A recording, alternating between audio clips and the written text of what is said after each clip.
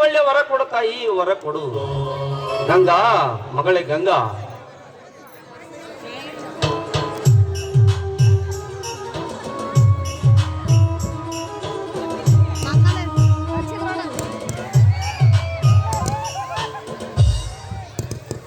ಬನ್ನಿಯಪ್ಪ.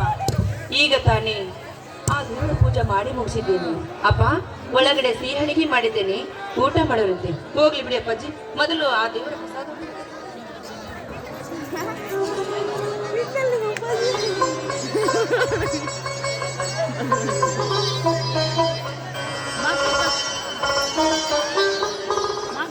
ಯಾಕಮ್ಮ ಮಗಳೇ, ಇವತ್ತು ನಿನ್ನನ್ನು ನೋಡಿದರೆ ಬಹಳ ಸಂತೋಷದಿಂದ ಇರುವಂತೆ ಕಾಣುತ್ತಿದೆಯಲ್ಲಮ್ಮ. ನೀನಾದರೂ ಹೊರ ಕೊಟ್ಟೇಳಲ್ಲಮ್ಮ ನಿನ್ನ ದೇವತೆ. ಅಪ್ಪ, ಆ ದೇವತೆ ಇರುವುದು ಸಂತೋಷ ಕೊಡುವುದಕ್ಕಾಗಿ ಹೊರತು. ಹೋಗ್ಲಿ ಬಿಡಪ್ಪ, ಅದು ಯಾವುದೋ ವಿಚಾರದಲ್ಲಿ ಮಾಡದಂತೆ ಕಾಣ್ತಾ ಇದೆಯಲ್ಲ, ಏನು ಸಮಾಚಾರ?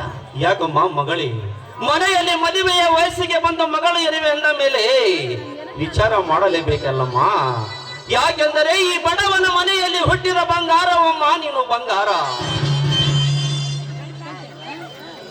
ಯಾಕಪ್ಪ, ನಿನಗೆ ಹೆಣ್ಣು ಮಗಳು ಇದ್ದರು ತಾಯಿ ತೀರದಿಂದಲೂ ನಿನ್ನ ಹೆಸರಿಗೆ ನಾನೇನಾದ್ರೂ ಬುದ್ಧ ತಂದಿರುವೇನಪ್ಪ?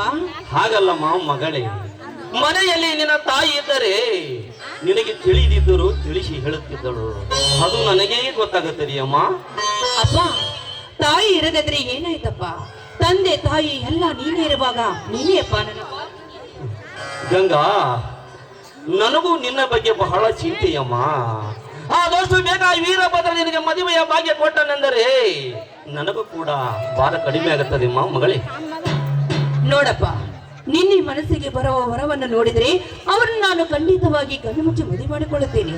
ಆದ್ರೆ ಎಂದಾದ್ರೂ ನಿನ್ನ ಮಾತಿಗೆ ಎದುರು ಉತ್ತರ ಕೊಟ್ಟರೆ ನೋಡಪ್ಪ ನಾನು.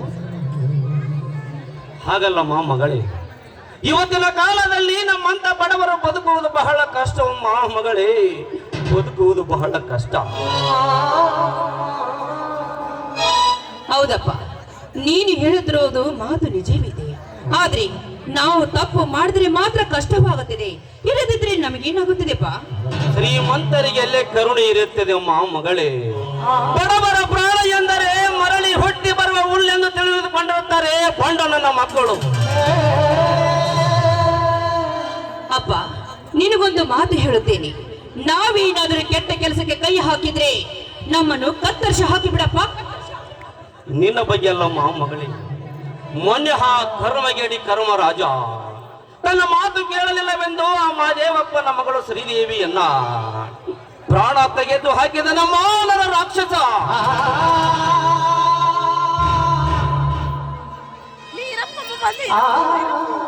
ಅಪ್ಪ, ಇವತ್ತಿನ ಕಾಲದಲ್ಲಿ ಹಣ ಬೇಕಾಗಿಲ್ಲಪ್ಪ, ವಿದ್ಯೆ ಇದ್ರೆ ಅಷ್ಟೇ ಸಾಕು. ಆದ್ರೆ ಆ ಬುದ್ಧಿ ಒಂದು ಇರಬೇಕಾದ್ರೆ ನಮ್ಮಂತ ಬಡವರಿಗೆ ಮಿಣಿರಾಗರಂತೆ ಇರಬಹುದಪ್ಪ. ಆದ್ರೆ ನಮ್ಮಂತ ಬಡವರ ಪಾಲಿಗಾಗಿ ಕಾನೂನು ಕೌಲುವಾಗಿ ನಿಂತಿದ್ದು ನಿನಗೆ ಗೊತ್ತಿಲ್ಲವೇನಪ್ಪ?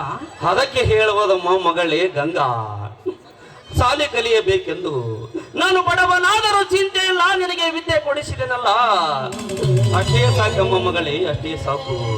ಆದರೂ ಹುಷಾರದಿಂದ ಇರುವುದು ಒಳ್ಳೆಯದಮ್ಮ ಮಗಳೇ. ಆಯ್ತು ನಡೆಯಪ್ಪ, ಒಳಗಡೆ ಸಿಹಿ ಅಡಿಗೆ ಮಾಡಿದ್ದೇನೆ, ಊಟ ಮಾಡುವಂತೆ. ಯಾಕಂದ್ರೆ ಬೇಸಿಗೆ ತುಂಬಾ ಬಿಸಿಲಲ್ಲವೇ, ಅದಕ್ಕಾಗಿ ಎಲ್ಲರೂ ಬೆಳಗ್ಗೆಯಿಂದ ಡ್ಯೂಟಿಗೆ ಹೋಗುತ್ತಾರೆ. ಬನ್ನಿಯಪ್ಪ. ನನ್ನ ಮಗಳು ಕೆಲಸ ಮಾಡುವುದು ನೋಡಿದರೆ ಊರಿನ ಜನ ಶಾಲೆ ಕಲಿತಿಲ್ಲ ಅಂತ ತಿಳಿದುಕೊಳ್ಳುತ್ತಾರಮ್ಮ. ನಿನ್ನನ್ನು ಮದುವೆ ಮಾಡಿಕೊಳ್ಳಲು ಬಹಳ ಪುಣ್ಯ ಮಾಡಿದ್ದಾನಮ್ಮ, ಬಹಳ ಪುಣ್ಯ ಮಾಡಿದ್ದಾನೆ. ಅಪ್ಪ, ವಿದ್ಯೆ ಒಂದು ಇದ್ದರೆ ಒಟ್ಟು ತುಂಬುತ್ತೆ ಇಲ್ಲಪ್ಪ, ಆದ್ರೆ ಬುದ್ಧಿ ಮಾತ್ರ ಇರಬೇಕು. ಕೆಲಸ ನಾವು ಮಾಡಲೇಬೇಕು. ಅಪ್ಪ, ನಾವೇನು ಈ ರೀತಿ ಮಾಡಬೇಕಾದ್ರೆ ಶ್ರೀಮಂತರ ಮಕ್ಕಳಲ್ಲಪ್ಪ ಮನೆಯಲ್ಲೇ ಕೊಡೋದಕ್ಕೆ. ನನ್ನ ಮಗಳು ಬಹಳ ಬುದ್ಧಿವಂತೆ. ನಡೆಯಮ್ಮ, ಒಳಗೆ ಹೋಗೋಣ. ಯಾಕೆಂದರೆ ಬೇಸಿಗೆ ಬಿಸಿಲಲ್ಲ, ನಿನಗೆ ಕೂಲಿ ಕೆಲಸಕ್ಕೆ ಹೋಗ್ಬೇಕಲ್ಲ, ಲೇಟ್ ಆಗುತ್ತದೆ ಅಮ್ಮ ಮಗಳೇ. ಆಯ್ತಪ್ಪ, ನಡೆಯಪ್ಪ.